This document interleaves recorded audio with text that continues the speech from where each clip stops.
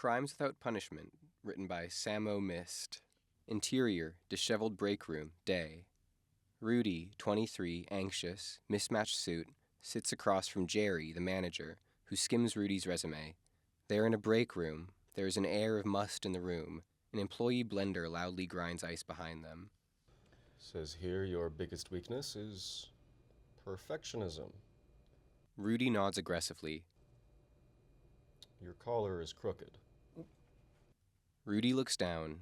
It is indeed crooked. He fixes it sheepishly. What do you actually want to do, Rudy? I just... Rudy tries to speak, but the blender roars. This happens multiple times. Rudy glares at the employee, who looks back at him. Rudy starts to speak, and on purpose, the employee presses the blender. As Rudy gets more angry at being cut off, the employee presses the button longer and longer. So much so that the ice in the blender is fully broken, and the sound changes. The whole time, Jerry judgmentally stares at Rudy, paying no attention to the blender. Exterior, local park, later. Just wanted to feel useful. A hot summer day. Rudy is laying on the grass in a deep gaze towards the sky. The sun beams at his face. He takes a hit off his vape and veers off into the distance. Did you get the job? Is what my sidekick said. No, I didn't. The economy and shit. Jerul, 23 to 25 years old, freeloader, skater type, dyed blonde hair. He sits in an old couch close to Rudy. He is taking the load off with a spliff. Nobody's hiring these days. Maybe we should commit a crime? What's a good entry-level crime for someone looking to dip their toes into the world of criminal activity? Petty theft, trespassing, fare evasion, vandalism. But if you're feeling bold, arson. Those are hard to trace, but if you get caught, they let you off easy depending on what you do. I want to do something that has a cause. Something that reframes my perspective and I become more knowledgeable about the inner workings of the world around me. But I also want to... Flashback, employee pressing the blender and making a loud sound. The employee is acting even more erratic in this scene, taunting Rudy even more. See someone get hurt. Interesting. They think, simultaneously. They both have a eureka moment. What if we beat up a pedophile? Interior, Rudy's apartment, later. Jerul is on the computer with a spliff in his mouth while Rudy is looking over him with great intent. Jerul is on Photoshop fixing up images of a random girl. Rudy is gesturing at Jerul to fix the proportions of the images. We spent days planning out our scheme. My sidekick took care of the photos. He found some obscure stock pictures from Eastern Europe, edited them subtly enough that reverse image searches wouldn't pick them up. Later, Rudy and Jerul swipe through different pictures of old men on Rudy's phone. We cast our net wide at first, drifting through chat rooms and forums known to attract creeps, each message carefully placed like bait. What about this guy? Rudy shows a picture of a macho man. This guy is a pedophile. He doesn't look the part. He looks like he would beat our ass. Yeah, you're right. What about this guy? Better. Later, Rudy is laying down on the bed, stomach side, swinging his legs while texting on his phone. He's clearly nervous. The atmosphere is tense. I handled the conversations, tossing in enough grammatical mistakes and emojis to seem like an authentic 12-year-old girl. Jerul makes a smoothie with an overly loud old blender. Rudy turns and scorns aggressively. What?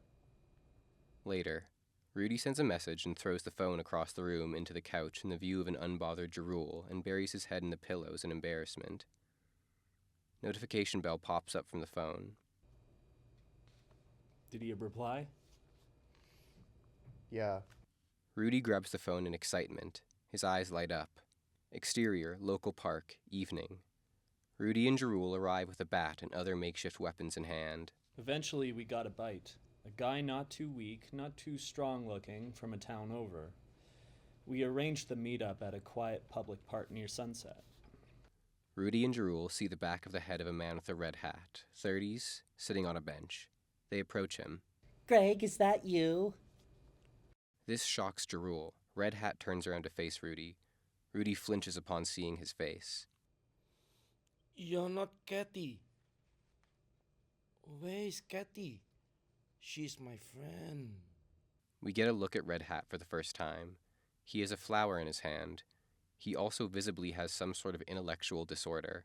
He holds picked flowers in his hand. Friend, huh? How old is your friend, Katie? I think... Red Hat counts his fingers intently. 12? She's 12. No, she's 13. He's right.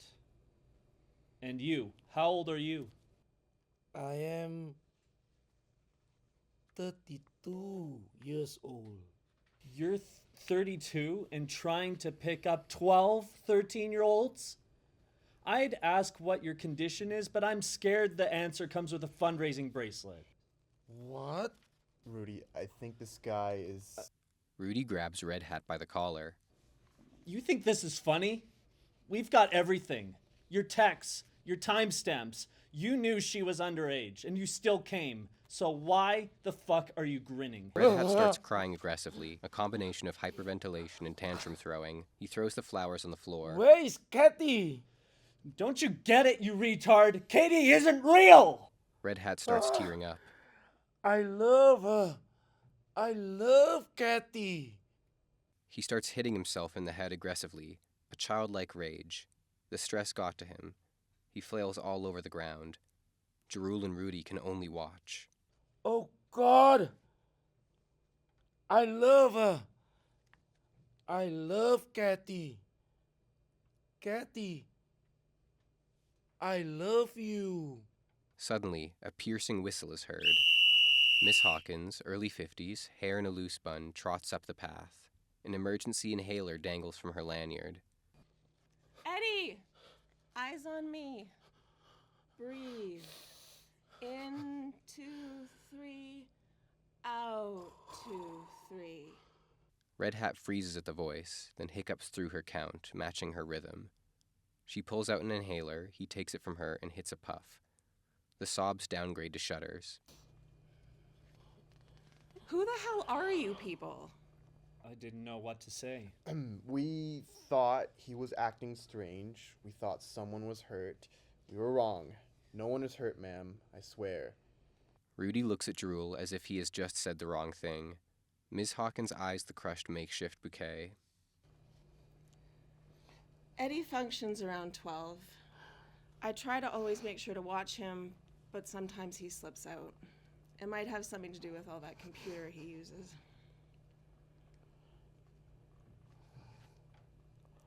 You okay, honey?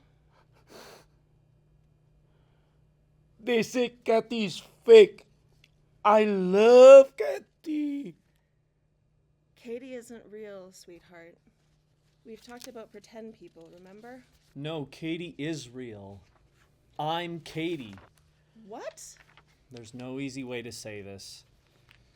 But your son has been talking to a 12-year-old girl online. I am that 12-year-old girl. I made that profile. Bro, what are you doing? Your son, Eddie or whatever his name is a pedophile. I posed as a kid to catch predators. Your son showed up. That's the facts. I'm not sure what you're implying. I love Kathy. Do you know what we do to pedophiles? Rudy picks up his hat once again. He raises the bat chest high, steps towards Red Hat. Ms. Hawkins lets out a raw, piercing scream. Ah! Help! Help! He's attacking Eddie! Help! The cry ricochets across the park. A frisbee team halts mid-game. Two joggers skid to a stop. Dog walkers yank leashes. Is that Miss Hawkins' voice? I think I heard it from over there by the bushes. The joggers stumble upon the scene from a distance. That's Eddie. They're being assaulted by some hooligans. Back off him! Other people recognize Eddie and flood towards the scene. Drop the bat, punk. You don't understand. This guy is a menace. Menace, you say? Edward over here has been a staple of our community for years. The real menace is the one swinging a bat at a disabled man. Soccer Dad grabs the bat, which causes Rudy to accidentally swing at him and hit him. A teen skater whips his board and knocks the bat clean from Rudy's hands. Another bystander spears Rudy at the waist. The crowd crashes over him like a wave. Fists, knees, shouting. Rudy curls, blood in his teeth. Jarul scrambles in, trying to pull people off. Stop! Stop! He's already down! No one listens. Phones record. Someone live streams. The crowd urges on. Miss Hawkins shields Eddie's face. In 2, 3. Out 2, 3. Good job, champ. Fade to black. Exterior, local park, day. Title card, 6 months later. Kids run around, parents hover by food stalls. In the middle of it all, a bright orange booth with a hand-painted sign. Community Health Boost, free smoothies. Stay clean, stay cool.